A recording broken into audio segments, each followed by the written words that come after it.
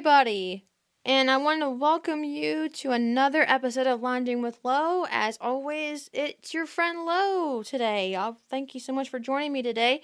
If this is your first time tuning in to my show, a really big warm welcome to you. And if you are my seasoned listeners, a great welcome back. As I always mention in my episodes, I want to invite you guys to connect with me on social media. That's including Facebook, Instagram, and TikTok. I want you guys to also send me emails. My email is on those platforms as well. So if you want to share with me any of your thoughts on my work, any topics that you want me to talk about in future episodes, or even ideas that I could improve on, or even the show can improve on, that would be wonderful because your feedback is incredibly important to me. All right. Now, guys, we're going to talk about one of my favorite TV drama series, Castle. Castle aired on ABC in March 2009 and ended in May 2016. Sad. I love this show because of the banter between Richard Castle and Detective Catherine Beckett. The relationship bloomed every season, and I wanted them to get together. Oh, that reminds me.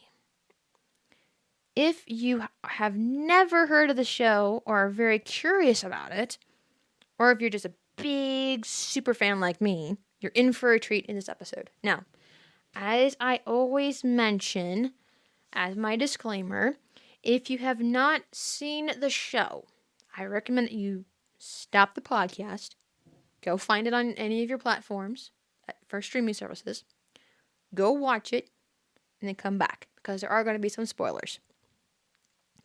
Before we dive into the topics of today's episode from Castle, I want to talk about what Castle is about. Castle is about a mystery novelist named Richard Castle. And for his next series of books, he decides to shadow a police detective named Catherine Beckett. They first met on a case that mimicked one of his books in the murders of the victims. He was able to help solve the case. Castle and Beckett became partners solving crimes while bringing humor, heart, and drama to every case. You may be asking, Lo, why is Castle so special, and why should I even watch it? Okay, well, that's a very excellent question. Here's your answer. It's got the best of everything. Mystery, drama, tender moments, and humor. Richard and Catherine are complete opposites of what made it. That's what made it more interesting. They didn't always get along, but as the series progressed, so does the relationship. Kate, which is Catherine, is usually annoyed with Richard, but she must admit he was a big help. Richard brings a different perspective to the case, because as a writer, he always has to know the story and why either the victim, suspect, or the killer did what they did. Speaking of Richard and Catherine, or Kate Beckett, let's talk about the characters, shall we? The main character, as I mentioned, is Richard Castle. Now, Richard Castle is a best-selling mystery novelist, a loving son and father to Alexis, who is his teenage daughter. And he can be a bit of a troublemaker. He has 2 ex-wives. And here's a twist. One of them is his publisher. No pressure there, Richard. Nah. His character grows from being the troublemaker playboy to a gentleman that cares about others.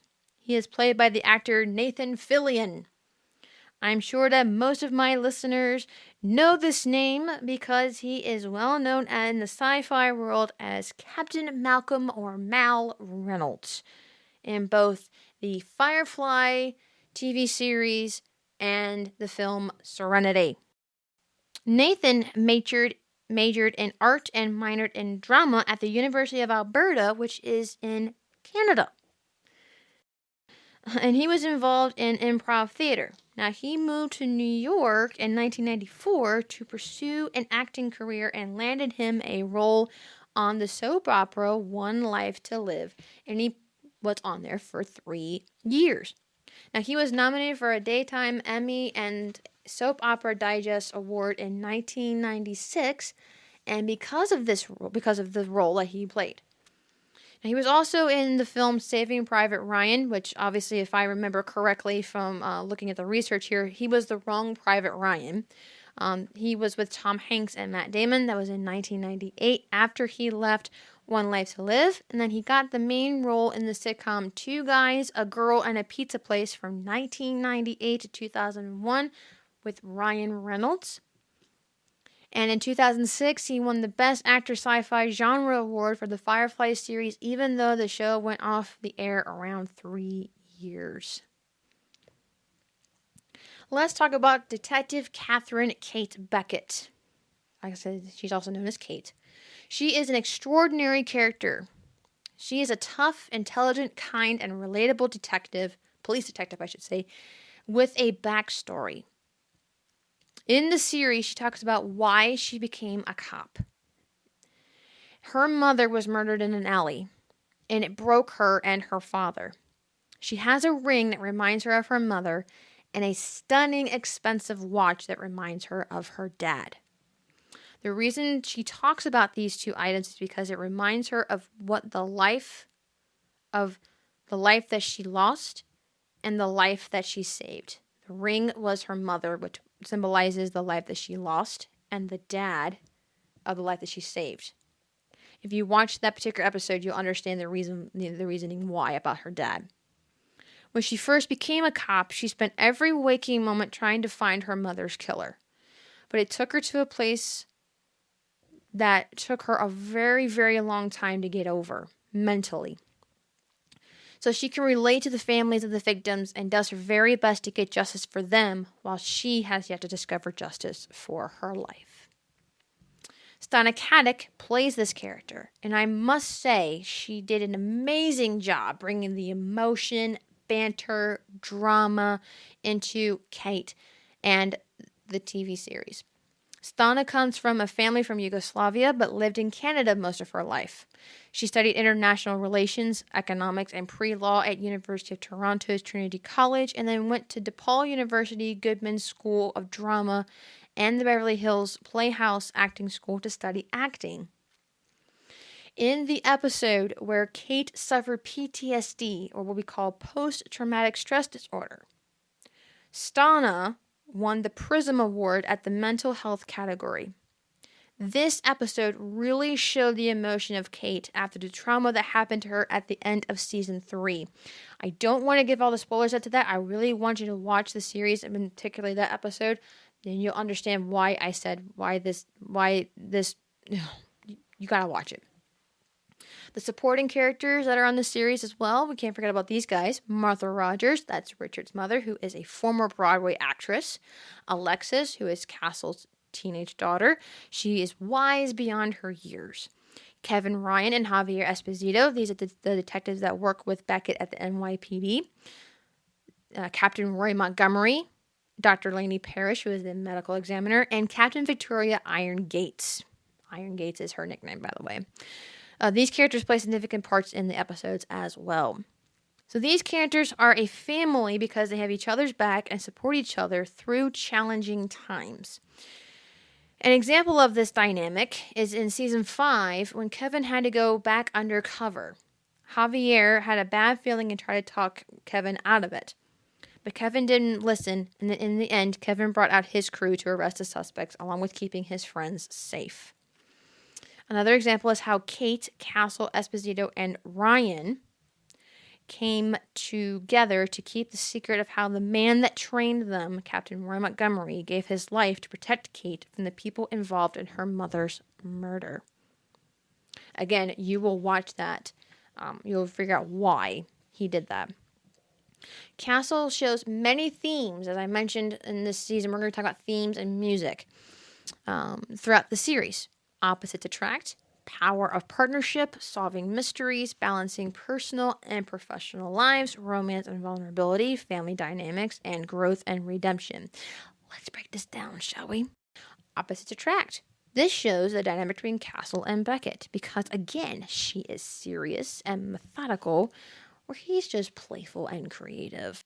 This shows a difference that can lead to powerful teamwork, powerful partnership that emphasizes the value of their collective strength to achieve a common goal, which is solving the murder using Castle's storytelling and Beckett's investigative skills. An example of emotion and vulnerability is Beckett talking about her mom's murder and opening herself up to someone she trusts to talk about it. Another example is the slow relationship of Castle and Beckett because Castle loved her, but she took longer to fall in love with him. She loved Castle, but kept it to herself, while everyone else could see it. Girl, I'ma smack you. You work side by side every day. He writes a sex scene in his book about you that had me reaching for ice water. Now little Miss Bride shows up. Don't tell me you're not the least bit jealous. Oh, please. You've been inhaling too many autopsy fluids. Honey, just because you can't see what's going on doesn't mean everyone else doesn't see what's going on. Shut up! Because I see it. You may not, but I do. And then Beckett just then let her feelings take over and begin the relationship with Castle. Family dynamics between Martha, Alexis, and Castle bring the warmth of family along with humor and showcases family support and the generational differences between them.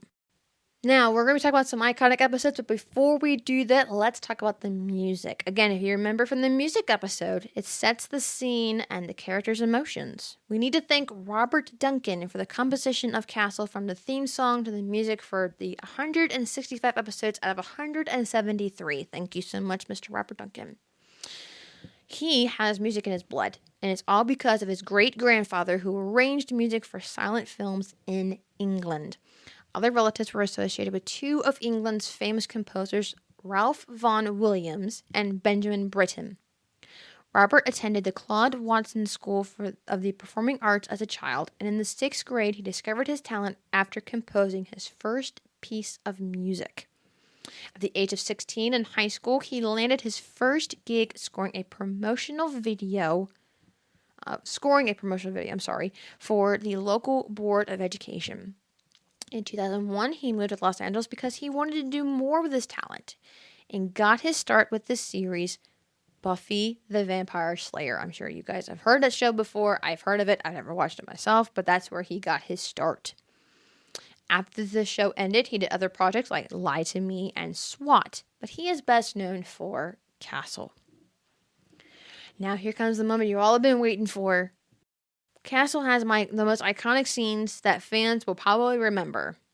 Season 1, the pilot, where we first meet Kate and Castle, that set the tone of the show, showing their chemistry. And the season finale episode of the season where Kate talks about her mother's murder, which becomes the series' first important storyline. Season 2 was the season finale where it left us with a cliffhanger. Episode 3 had two iconic episodes titled Down and Knock Out. Knock Down is where Beckett came face to face with the man that killed her mother. And Knock Out was the season finale of revealing truth about two characters. How you thought I was going to tell? No. I don't want to spoil anything for my listeners who have not watched the show before. Season 4 had two iconic episodes, Rise and Always. Rise is the outcome of season 3's finale. The season finale, Always, was a game changer because Castle and Beckett finally make a decision about their personal relationship. You will have to watch season 5 all the way to the end of season 8 to find out the aftermath and the rest of their relationship as well. I don't want to give everything away. Here's a cool fact that I wanted to share with you guys. 4 actors and actresses, I should say, from this show have connections to the DC Comics universe. I think I mentioned this before in the very first episode when I was just trying to start out. Let's talk about Castle. Stana Katic, who is Beckett, again, she is the voice of Talia al Ghul in the Batman Arkham City, as well as Lois Lane in Superman Unbound. Nathan Fillion and Susan Sullivan, who plays Martha, which is his mother, have voiced recurring characters on the Justice League animated series and select animated DC Universe movies. Most notably, Hal Jordan, who is Green Lantern, and Queen So sorry if I say these names incorrectly, so just bear with me here. Hippolyta from Themyscira, respectfully, and Molly Quinn, who plays Alexis, who is his daughter, voiced Kara-El and Supergirl in Superman Unbound. Additionally, Adam Baldwin, who had a cameo as a detective on the show, had voiced several Justice League characters, as have Michael Dorn. Now, Michael Dorn, that name sounds familiar to my sci-fi people too. That is Lieutenant Commander Worf. And Robert Picardo, who have recurring roles on Castle. The actress who plays Ryan's wife on the show, Juliana Dever, that is Seamus Devers, who's played by Kevin Ryan on the show. That's his real wife. That's pretty cool, isn't it? Another fun fact I wanted to let you guys know about the show is that we're talking about Beckett's mother's murder, right? So it estimates that Beckett was about 19 years old when her mom was murdered. So in the episode Rise, it's mentioned that Beckett was probably around the age of 31. So since episodes appear to be set in the year which they were aired, which would be like 2009, 2010 until 2016, it can be assumed that Beckett was actually born in 1980. And in the episode Always, Beckett visits her mother's grave, which the headstone reads, "She died in 1999.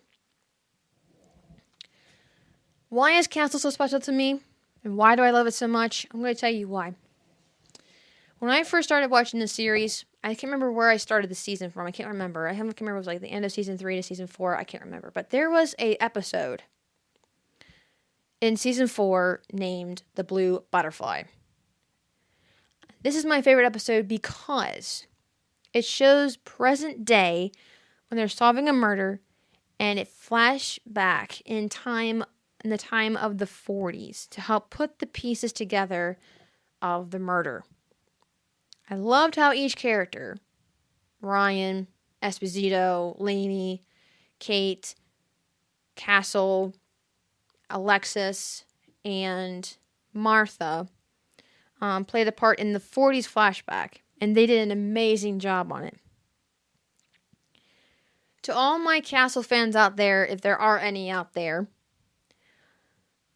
if you want to share with me your favorite episode or your favorite moment on the show, I want you to share it with me so I can let the world know how awesome this show is. It doesn't air, it doesn't show anymore. It ended in 2016. From what I've heard, the rumors where they were trying to do a 9th season, but unfortunately some things fell through and it never aired again, which I'm really sad about, but life goes on. That's okay. Guys, I want to thank you so much for joining me on this episode, talking about Castle, and I hope that this series will become a favorite of yours as it has with me. I want you to join me next time as we dive into the topic of the iconic movie couples as well as TV couples. You don't want to miss out on that. Thank you guys so much for joining me. Have a wonderful day, and as always, let's lounge together. Bye, guys.